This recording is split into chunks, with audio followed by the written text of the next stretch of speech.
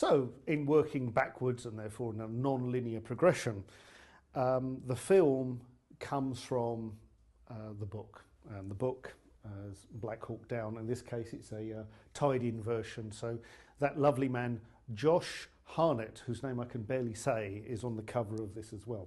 That's published in 1999. We have before that the publication of Mark Bowden's investigative journalism within the context of the Philadelphia Inquirer. Now,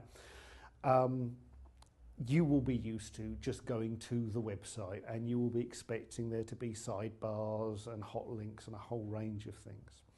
I find what the Philadelphia Inquirer and Mark Bowden has done with those articles in terms of a site which is now kept going from, I think the articles were published in around about 1997, very interesting, because it has, in a sort of a microcosm, created its own archival reference point.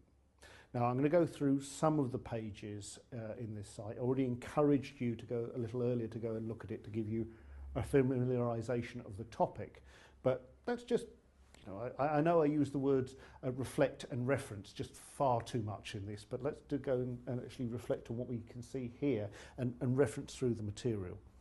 Now, just going back through these particular pages, first thing you've got to bear in mind is this is right at the end of the analysis, and it is a reflection back, as I said, on what happened, was it a success, how do we actually consider it. I find this very interesting, as I said, because at the very top, one of the things we have here is what's a hot link to the Garrison letter. This is Garrison's reflection immediately after the event. He's considering the information that he had that led him to make the decision to commit, and then is reflecting back on the factors that did not work so well. I mean, 18 men dead. I don't mean to underplay this.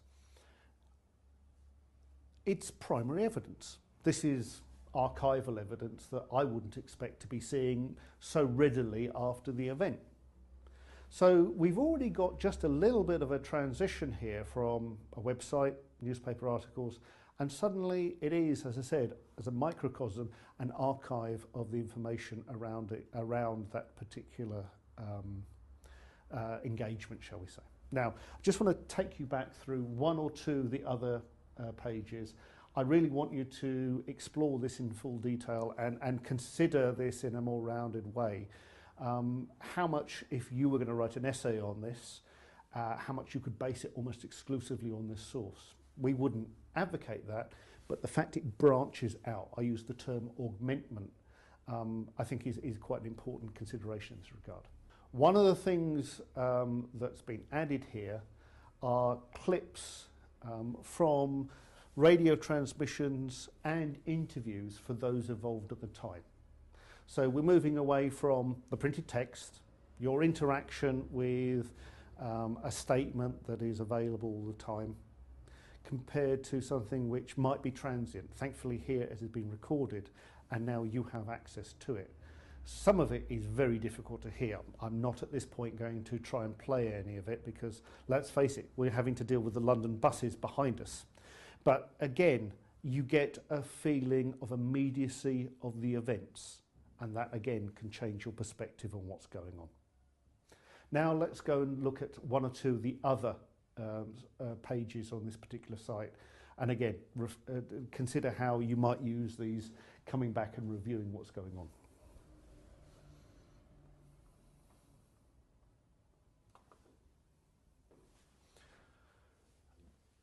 Again, I'm not going to play these now, but you have the video clips, not links to YouTube, etc., but in some cases the original Pentagon footage which has been released and linked to this page. If you go down here, it starts to deal with testimony from a number of different sources, and it is coming up with different perspectives as the events go through. Now, you can watch these continuously, or you can cross-reference them with the individual chapters.